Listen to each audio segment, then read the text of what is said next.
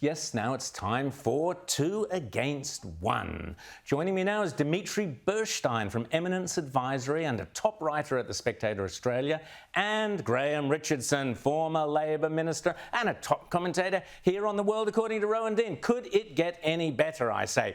Dimitri, you've written in The Spectator Australia about why it might be time to ditch compulsory preferential voting in Australia, which, as you point out, when Labor gets 35% of the vote, a record low, but 62% of the seats in the House of Representatives. Do we have a problem, Dimitri? Yes, we do, Rowan, absolutely. I mean, democracy is meant to represent something. It's about broad representation. There's something funny about Australian public policy where at the core of our democracy are the two compulsions, compulsory voting and compulsory preferencing, which seem to be more about protecting the electoral duopoly of the major parties and actually delivering the people what they're looking for. So people often get confused on this because we have compulsory voting, and as you say, we also have compulsory preferential voting. And you write in your article, great article by the way, even if I say so as the editor, you write in that article that nowhere else in the world has this system of voting. Is that correct? Well, there are a few countries that have compulsory voting, but it's a vast minority.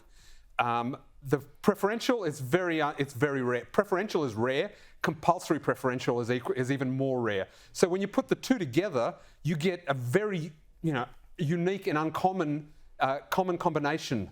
So again, how do you have compulsion at the centre of democracy? Isn't that an oxymoron? Well, let's ask Richo. Richo, how do we have a compulsory, isn't this a bit Soviet Union style, where we have a compulsory system at the very heart of what is supposedly freedom of speech, freedom of expression, a democracy?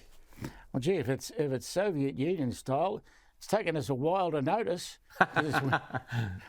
We haven't changed it for 100 years. So I don't understand how suddenly it's a problem. Well, it's a problem because Labor is in. I know that's not a problem for you, Richo. Not a problem at all. Not a problem at all. I thought you might say that. But it is a problem when, as Dimitri points out, how can you justify? You're a numbers man. I know you like the numbers to work in your favour, and that's your specialty. But how on earth can we justify a system where Labor's recorded its record vote lower than when Bill Shorten, a lower vote than Bill Shorten got, but Bill Shorten wasn't made Prime Minister. So by Labor's own terms, surely we have to look at the system of compulsory preferential voting, which is turning out such weird results. No, I don't agree with that at all. I mean, I don't see people marching up and down the streets with banners saying, fix this, because there's no problem. What do you got to go and fix something that's not broke? If it ain't broke, what do they say? Don't fix it. Now, Richo, I mentioned Dimitri writes for The Spectator Australia. Judith Sloan also writes for The Spectator Australia. She's got a terrific cover story in next week where, Richo, you feature, and your book, Whatever It Takes, is there on the front cover of The Spectator Australia. Richo, I'm breaking the news to you now. It's very exciting.